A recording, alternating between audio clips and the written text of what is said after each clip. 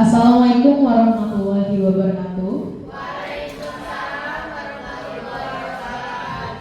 Pertama-tama marilah kita panjatkan puji syukur kita kehadirat Allah Subhanahu wa taala yang mana telah diberikan kita kesehatan dan kesempatan untuk berada di ruangan ini. Salawat dan serta salam tak lupa kita panjatkan ke hadirat junjungan kita Nabi besar Muhammad Sallallahu Alaihi Wasallam. Semoga kita di yaumul hisab nanti mendapatkan syafaat dari beliau. Amin ya robbal alamin. Dan tidak lupa saya mengucapkan terima kasih yang sebanyak-banyaknya kepada rekan guru yang telah menyempatkan hadir di acara kita pada pagi hari ini. Baiklah, langsung saja di sini saya akan memaparkan tugas saya, yaitu menyebarkan pemahaman dan penerapan pengalaman budaya positif. Perkenalkan, nama saya Mareta Andika SPD. Saya calon guru penggerak angkatan 9 dari Kabupaten Oku Selatan yang bekerja di UPT SMP Negeri 1 Maranda. Budaya positif di sekolah adalah nilai-nilai keyakinan dan kebiasaan-kebiasaan di sekolah yang berpihak pada murid agar murid dapat berkembang menjadi pribadi yang kritis, penuh hormat dan bertanggung jawab. Tapi di sini sebelum kita menerapkan budaya positif di sekolah, kita sepakat ya untuk menerapkan budaya positif dulu di kehidupan kita sehari-hari kita, yaitu sebagai guru. Karena apa? Kita tidak bisa menerapkan budaya positif itu ke siswa kita kalau kita sendiri sebagai guru tidak mempunyai budaya positif di diri kita sendiri. Contohnya apa? Contohnya misalkan kita tidak mau siswa kita datang terlambat. Apa yang kita lakukan sebagai budaya positif kita? Kita juga tidak boleh terlambat datang sekolah atau masuk ke kelas. Kemudian contoh yang lain, jika kita ingin siswa kita menghargai orang lain, alangkah lebih baiknya kita sebagai guru kita juga menghargai orang lain. Sepakat ibu-ibu? Oke, di sini ada konsep inti budaya positif. Yang pertama, perubahan paradigma belajar. Kedua, disiplin positif. Ketiga, nilai-nilai kebajikan. Keempat, kebutuhan dasar manusia. Kelima, motivasi perilaku manusia. Keenam, posisi kontrol restitusi. Ketujuh, keyakinan kelas. Dan kedelapan, segitiga restitusi. Nah, di sini pembelajaran dengan paradigma baru. Pembelajaran dengan paradigma baru merupakan pembelajaran yang dirancang berdasarkan prinsip pembelajaran berdiferensiasi sehingga para peserta didik belajar sesuai dengan kebutuhannya berdasarkan tahap perkembangan sesuai teori psikologi modern untuk mewujudkan profil pelajar Pancasila. Sebelum kita menerapkan pembelajaran paradigma baru, kita mengetahui di sini dimensi profil pelajar Pancasila. Masih hafal? Masih hafal. Coba Bu, kita berdiri semua, kita menyanyikan yel-yel profil pelajar Pancasila bersama-sama. 1, 2, 3. Pelajar Pancasila beriman dan bertakwa pada Tuhan yang esa dan berakhlak mulia, berkebinekaan global, gotong royong mandiri, kreatif dan bernalar kritis. Ya. Pelajar Pancasila beriman dan bertakwa pada Tuhan yang esa dan berakhlak mulia, berkebinekaan global, gotong royong mandiri, kreatif dan bernalar kritis. Oke, terima kasih. Kemudian di sini mengubah paradigma stimulus respon ke pendekatan teori kontrol. Di sini ada 2 tahapan, yaitu stimulus respon dan teori kontrol. Ada beberapa tahapan, yaitu yang pertama realita atau kebutuhan kita sama.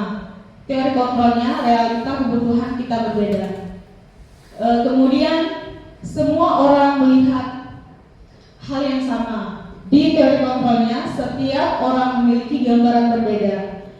Kemudian kita mencoba mengubah orang agar berpandangan sama dengan kita. Teori kontrolnya, kita berusaha memahami pandangan orang lain tentang dunia. Kemudian perilaku buruk dilihat sebagai suatu kesalahan. Teori kontrolnya, semua perilaku memiliki tujuan. Kemudian orang lain bisa mengontrol saya, hanya Anda yang bisa mengontrol diri Anda sendiri. Kemudian saya bisa mengontrol orang lain. Teori kontrolnya, Anda tidak bisa mengontrol orang lain. Kemudian pemaksaan ada pada saat bujukan gagal. Kemudian kolaborasi dan konsensus menciptakan pilihan-pilihan baru. Dan yang terakhir, model berpikir menang atau kalah, dan teori kontrolnya model berpikir menang-menang. Nah, di sini disiplin positif. Disiplin positif berasal dari kata disiplina yang artinya belajar. Disiplin mengacu pada disiplin diri yang memiliki tanggung jawab terhadap apa yang dilakukannya berdasarkan nilai-nilai yang diyakini. Disiplin positif merupakan salah satu cara penerapan disiplin yang bertujuan untuk menumbuhkan kesadaran serta memberdayakan peserta didik tanpa imbalan, penghargaan, ancaman, atau hukuman. Sebagai pendidik, tujuan kita adalah menciptakan peserta didik yang memiliki disiplin diri sehingga mereka berperilaku mengacu kepada nilai-nilai kebajikan universal dan memiliki motivasi intrinsik dalam perubahan perilaku ke arah yang baik. Nah, di sini saya ingin bertanya, kita sebagai guru, apakah kita sudah menerapkan disiplin positif ke siswa-siswa kita di sekolah?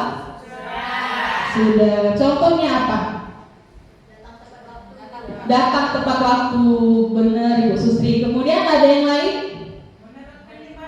Menerapkan 5S, senyum, sabar, salam, sopan, santun. Kemudian ada yang lain? Berpakaian yang rapi. Oke, itu adalah salah satu contoh disiplin positif di sekolah. Tapi masih banyak yang lain yang bisa kita terapkan. Ini kemudian nilai-nilai kebajikan. Nilai yang disepakati bersama lepas dari suku, bangsa, agama, bahasa maupun latar belakangnya. Contoh nilai kebajikan institusi atau organisasi. Profil pelajar Pancasila: beriman dan bertakwa kepada Tuhan Yang Maha Esa dan berakhlak mulia, berkebinekaan global, gotong royong, mandiri, kreatif, dominan, kritis tadi. Ini sudah kita terapkan di kurikulum merdeka kita di sekolah di SMP Negeri 1 Manado ini. Kemudian kedua itu IBO, Primary Tier Program atau PYP, toleransi, rasa hormat, integritas, mandiri, menghargai, antusias, empati, keingintahuan, kreativitas, kerjasama, percaya diri, dan komitmen. Ini yang ketiga, keterampilan hidup. Dapat dipercaya, lurus hati, pendengar yang aktif, tidak merendahkan orang lain, dan memberikan yang terbaik dari diri. Nah, ini ada kebutuhan dasar manusia, adalah sesuatu yang kita lakukan untuk mendapatkan apa yang kita inginkan. Seluruh tindakan yang kita lakukan memiliki tujuan tertentu, dan semua usaha terbaik yang kita lakukan adalah dalam rangka agar kebutuhan dasar kita terpenuhi dengan baik. Nah, ini ada 5 kebutuhan dasar manusia, yang yaitu pertama, bertahan hidup, makanan, pakaian, tempat tinggal, keamanan, dan kesehatan. Yang kedua, kasih sayang dan rasa diterima. Penerapannya rasa diterima, dipedulikan, berbagi, kerjasama, menjadi bagian dari kelompok. Kalau contoh dari kasih sayang dan rasa diterima di siswa kita, ada yang bisa memberikan tanggapan? Kasih sayang dan rasa diterima.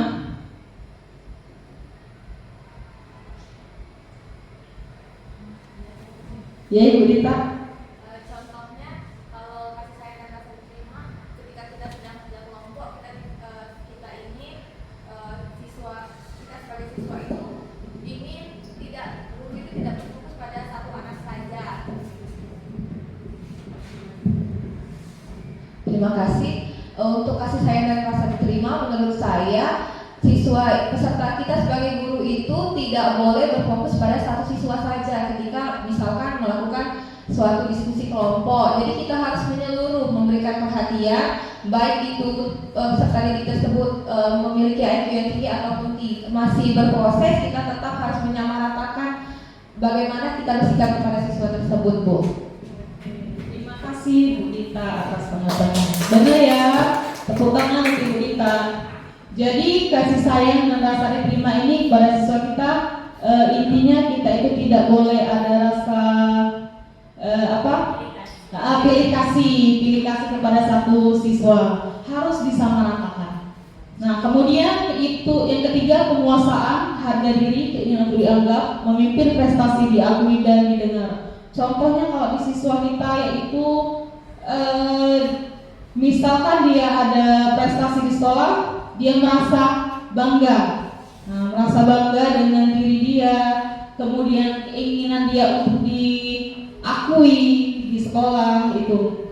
Kemudian yang keempat, kebebasan, mandiri, memiliki pilihan, mencoba hal baru, mampu mengendalikan arah dirinya.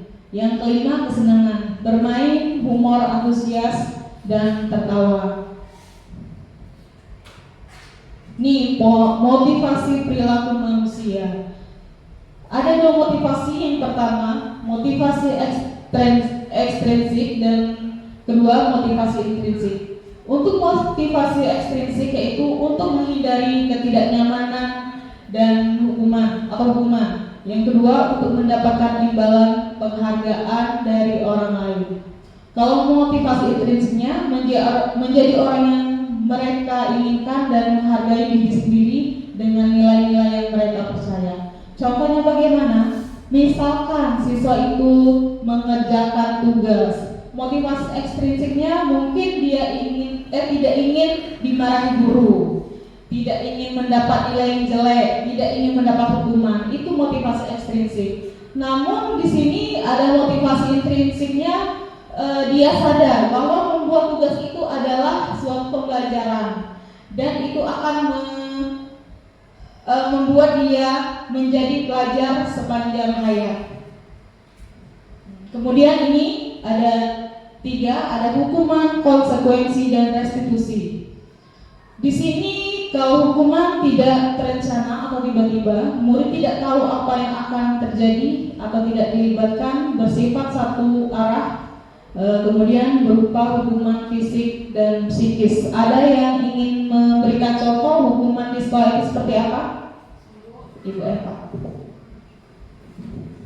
Ya, izin menyampaikan Ibu. Contoh hukuman yang sering kali dilakukan ketika kita berada di sekolahan tanpa guru itu sadari adalah ketika ada siswa yang tidak menggunakan atribut secara lengkap, tiba-tiba guru tersebut langsung memberikan hukuman. Contohnya disuruh hormat bendera di lapangan selama 2 jam pelajaran full.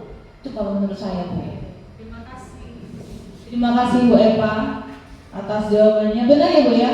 Jadi hukuman itu sebenarnya sekarang kita tidak boleh lagi dilakukan karena sekolah kita menerapkan sekolah yang ramah anak.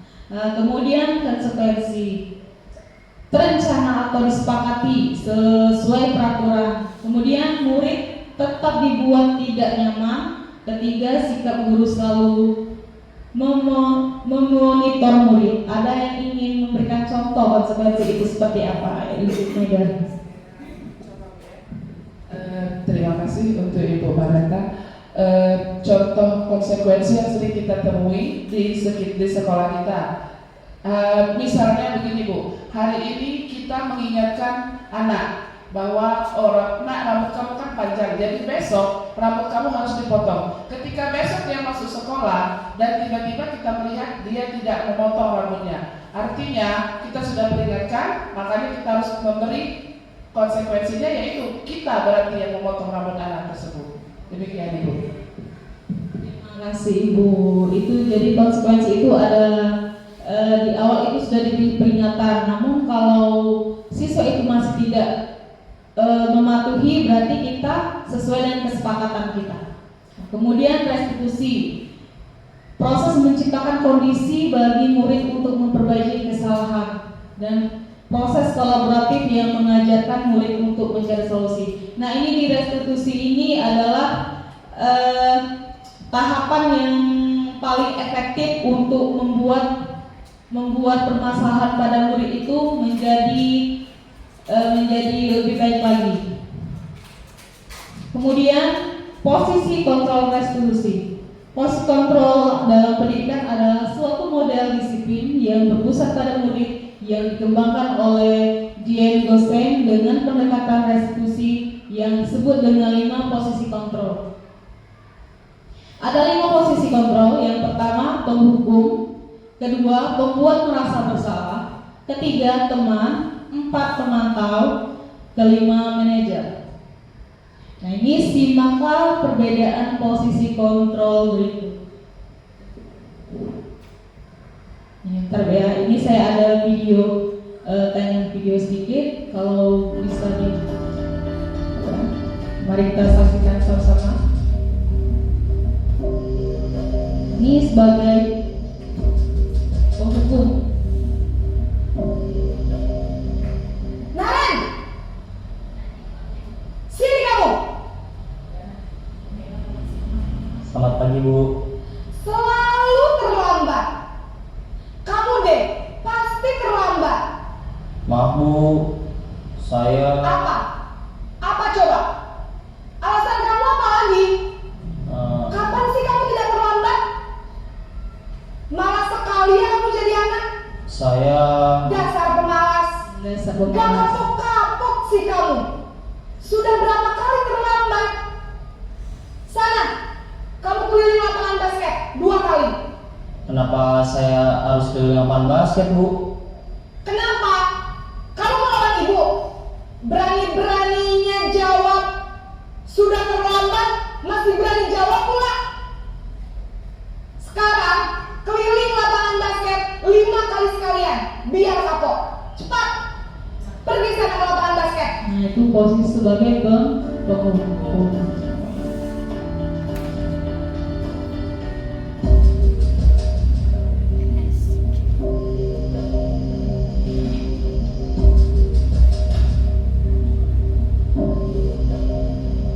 Nah, Bentar Bu ya, ada salah teknis. Ada salah teknis, kita ulangi lagi. Bentar.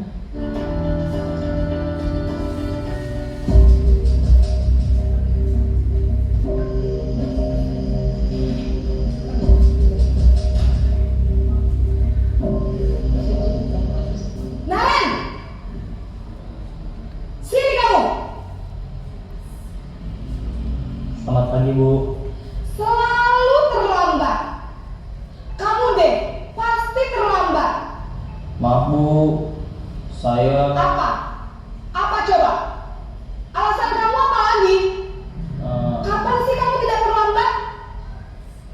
Malas sekali ya kamu jadi anak. saya Dasar pemalas. Gak kapok-kapok sih kamu. Sudah berapa kali terlambat? Sana, kamu keliling lapangan basket 2 kali. kenapa saya harus keliling lapangan basket, Bu? Kenapa? Kamu melawan ibu. Berani-beraninya jawab. Sudah terlambat, masih berani jawab pula. Sekarang, keliling lapangan basket 5 kali sekalian. Biar kapok. Cepat. Pergi sana ke lapangan basket. Ini tadi pos penghukum. Ini kedua posisi pembuat merasa bersalah.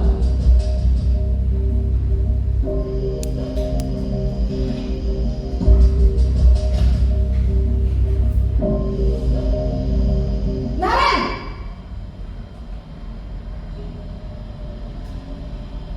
Selamat pagi, Bu. Naren. Kamu kenapa terlambat lagi, nak? Ya Tuhan, Naren. Kamu senang ya bikin ibu susah ya? Kalau kamu terlambat lagi, nanti ibu yang ditegur bapak kepala sekolah, nak. Disangka ibu tidak bisa membina kamu. Duh, gimana ini? Maaf, Bu. Duh Gusti Naren. Kamu suka ya kalau ibu ditegur bapak kepala sekolah? Terus, sekarang ibu harus tulis apa ini di buku absen? Ini kamu sudah sering terlambat loh. Ibu harus apa coba? Maaf Bu, maaf sekali. Ya sudah, lain kali jangan bikin ibu susah lagi ya nak ya. Ibu tidak akan kuat lagi kalau kamu begini terus. Bisa jantungan kalau ibu ditegur bapak kepala sekolah. Ini Sana pengalaman cepat bersalah. kelas. Maaf ya Bu, maaf sekali. Kemudian Posisi membuat rasa bersalah, berbicara dengan nada tenang. ini sebagai posisi teman.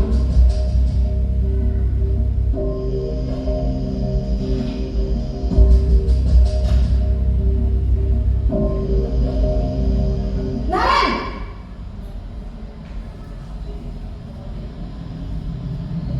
Selamat pagi Bu. wah sudah jam berapa ini nak? Terlambat lagi ya sayang. Iya Bu, habis ibu saya lupa bangunkan saya Bu. Kamu malah menyalahkan ibu kamu. Kamu bukannya anak yang larinya paling kencang. Kok terlambat sih?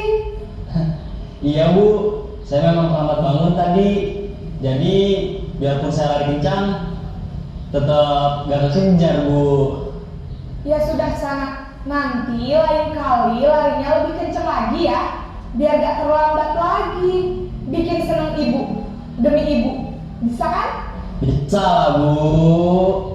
Ya sudah sana masuk kelas. Ibu beresin urusan absen kamu. Kamu ini ada-ada saja. Ini keempat posisi pemantau atau monitor.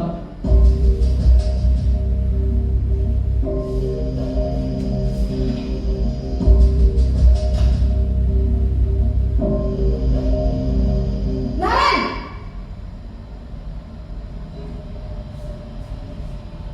Selamat pagi Bu. Naren, apa peraturan sekolah kita tentang jam berapa kita harus masuk sekolah, nak? Kita harus di sekolah jam 7 Bu. Iya betul, sekarang sudah jam 7.20. Naren sudah tahu konsekuensinya jika terlambat hadir. Paham Bu, saya harus tinggal kelas pas jam istirahat selama 20 menit. Iya benar, konsekuensinya demikian.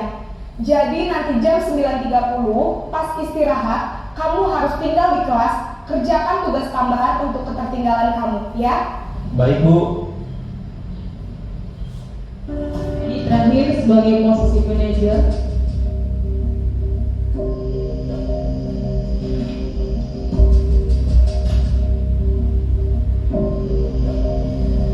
Naren!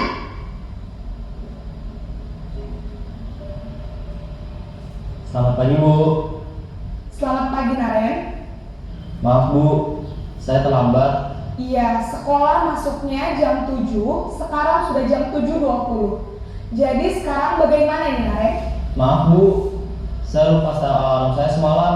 Baiklah, menurut kamu, keyakinan sekolah yang mana yang perlu kamu tingkatkan?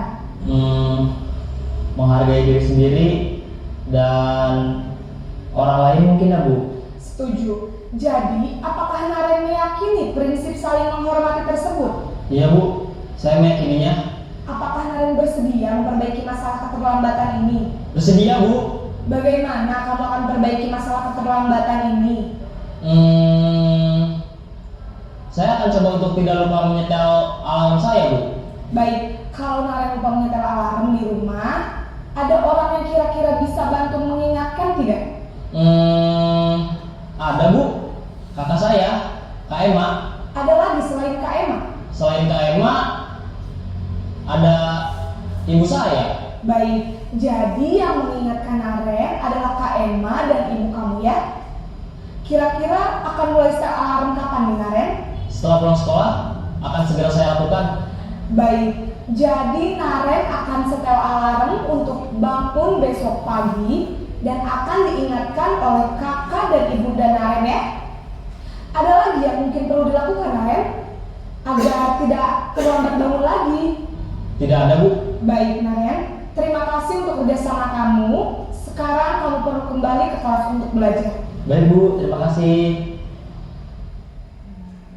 Oke, di situ tadi ada cuplikan video 5 posisi kontrol. Nah, ada penghukum, kemudian ada membuat merasa bersalah, posisi teman, dan posisi pemantau. Tadi Ibu dan Bapak sudah mengetahui perbedaan antara 5 posisi kontrol tersebut.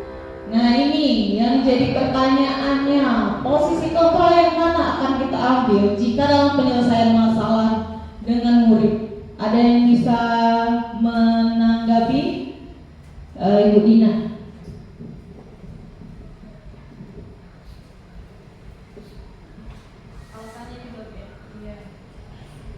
Menurut pendapat saya, yang posisi kontrol yang saya pilih adalah posisi kontrol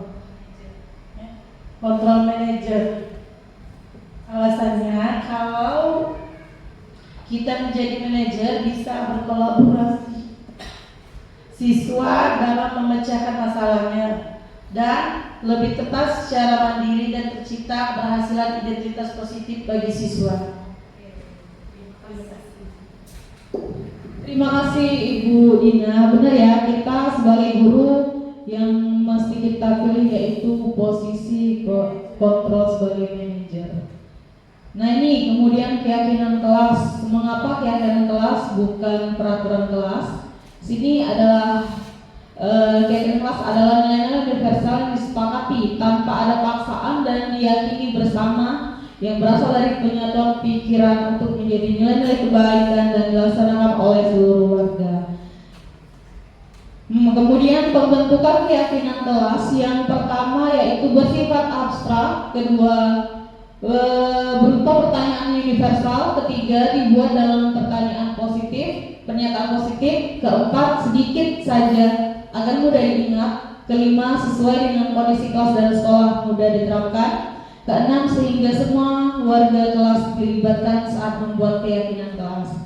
Nah, di sini ada contoh keyakinan kesepakatan kelas dari kelas kami, yaitu guru dan murid saling menghargai, selalu berdoa sebelum dan sesudah belajar, dan yang lain-lain. Saya rasa setiap guru atau wali kelas mempunyai kesepakatan kelas masing-masing yang sudah disepakati bersama antara guru dan murid yang saling berkolaborasi.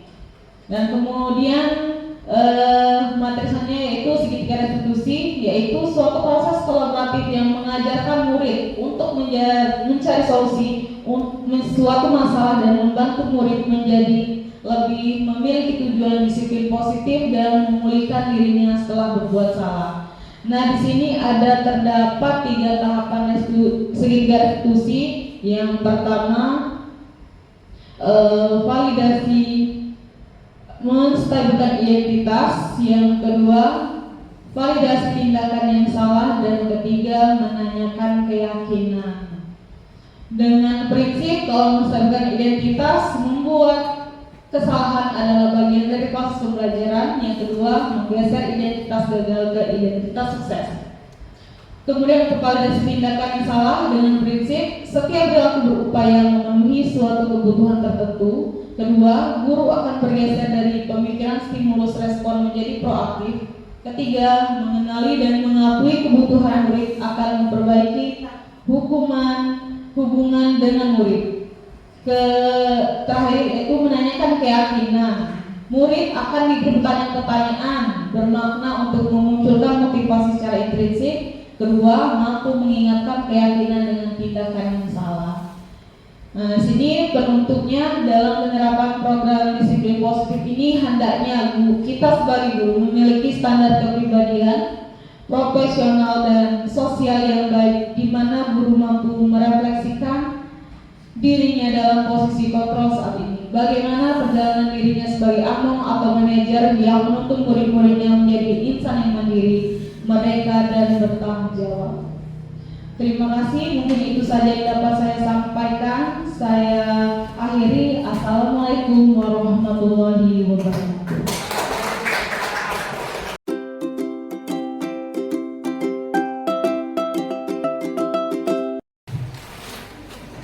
Assalamualaikum warahmatullahi wabarakatuh. Waalaikumsalam warahmatullahi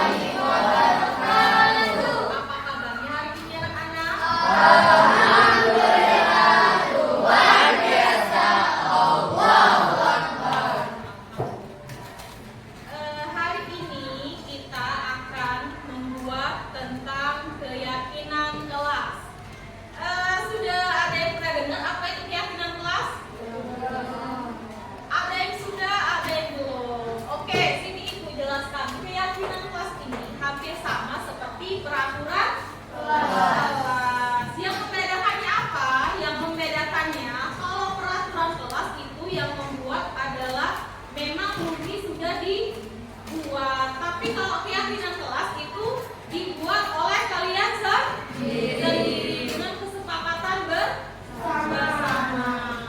Nah, jadi dalam keyakinan kelas ini kesepakatan itu tidak ada yang berpihak kepada guru, tapi semuanya berpihak kepada siswa.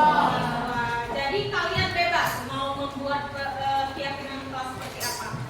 Manfaat keyakinan kelas ini apa? Untuk menjadikan nilai-nilai keyakinan kelas itu tertuang ke dalam diri kalian supaya kalian bisa bertanggung jawab atas kesepakatan yang telah kalian buat atau kalian sudah sepakati bersama. Oke, di keyakinan kelas ini, contoh kalau kita membuat keyakinan kelas, tidak ada kata jangan, kemudian tidak ada kata dilarang, atau tidak ada kata negatif ya. Nah, tidak ada kata negatif.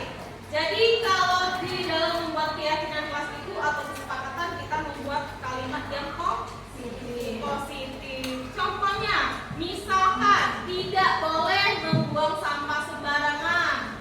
Nah, kalimat negatifnya apa? Harus menjaga kebersihan kelas. Kalau misalkan ibu buat kalimat negatifnya tidak boleh mengganggu teman di kelas. Kalau kalimat positifnya apa? Saya selalu menolong, saling menghargai sesama teman. Oke, ada yang lain? Kalau sudah ngerti belum? Ngerti ya?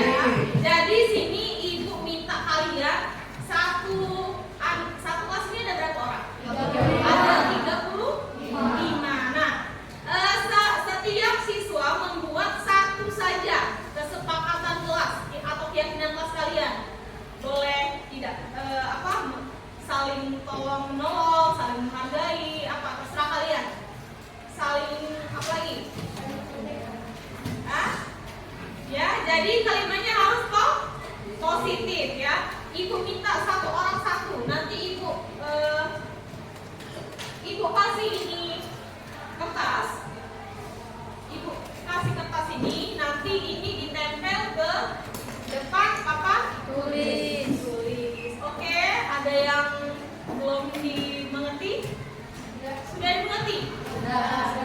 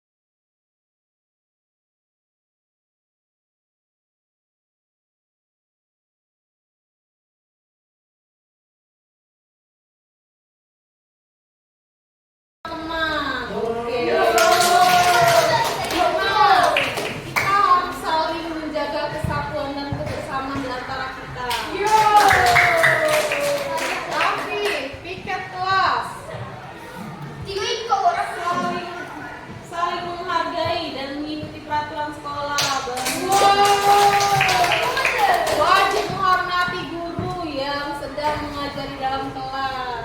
Itu wajib ya. Ahmad Azam melaksanakan kewajiban masing-masing seperti piket dan tugas yang diberi guru. Oke. Sofia saling membantu satu sama lain. Bisa tidak?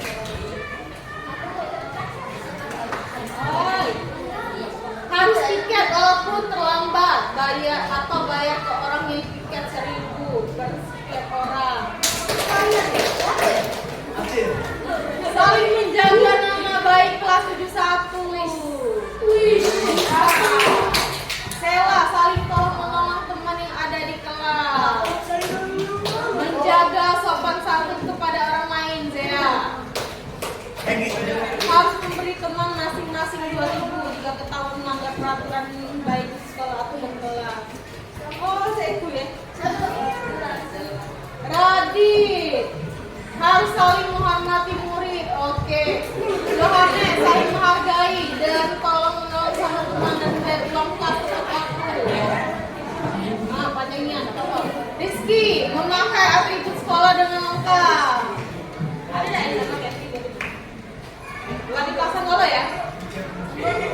Egi saling tolong menolong sama tadi ya. Ahmad Al-Farizi saling menerima kekurangan dan kompak dalam semua hal. Marcelo menjaga tim yang solid dan saling menerima kekurangan masing-masing. Dia datang tepat waktu sebelum bel. Betul. Ini siapa ini?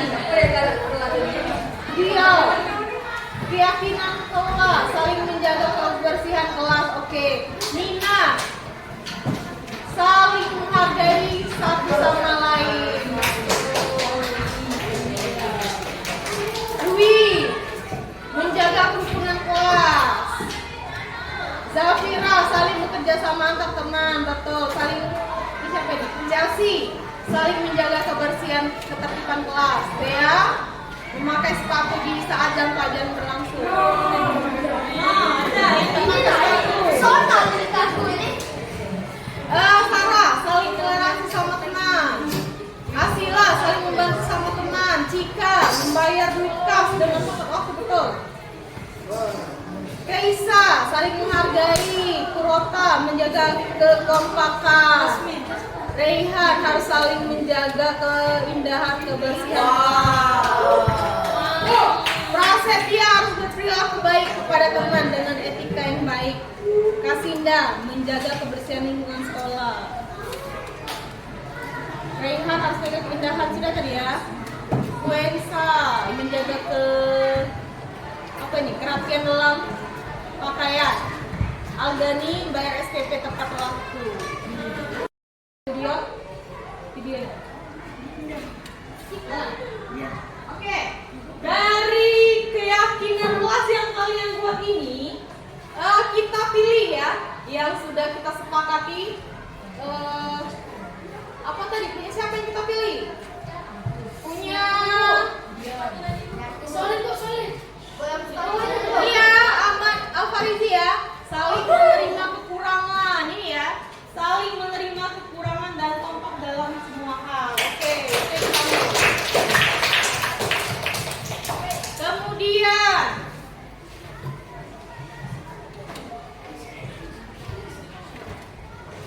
nih, apa ini? Punya Chelsea, saling menjaga ketertiban ke kelas. Sepakat ya?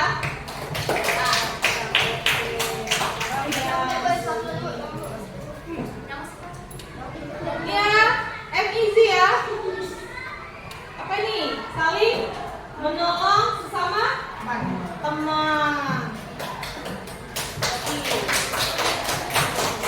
Siapa lagi yang Kamil?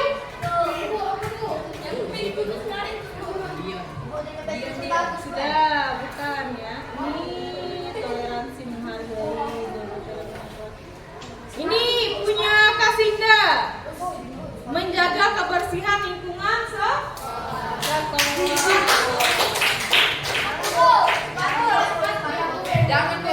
ya, satu lagi ya.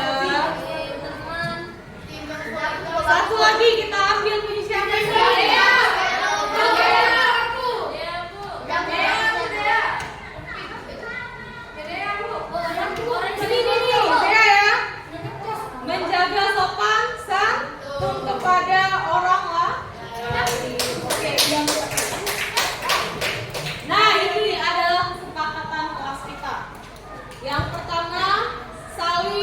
menerima kekurangan dan kompak dalam semua hal. Yang kedua, saling menjaga ketertiban ke kelas. Ketiga, saling menolong sesama teman.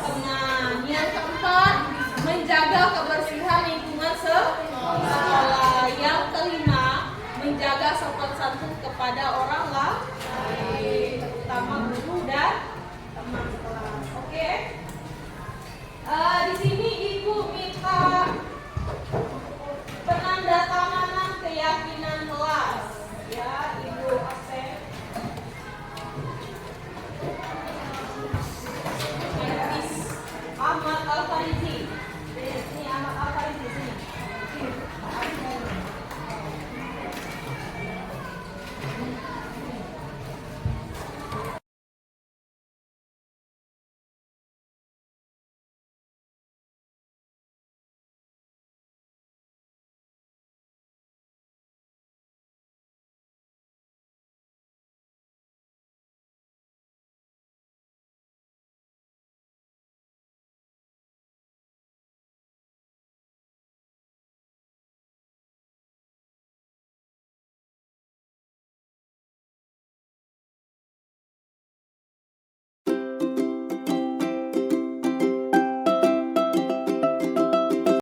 Assalamualaikum warahmatullahi wabarakatuh. Nama saya Emrika Skayanyasa dari kelas 71. Perasaan saya terhadap keyakinan kelas ini sangat senang sekali karena keyakinan kelas itu sangat penting karena dapat menumbuhkan rasa tanggung jawab.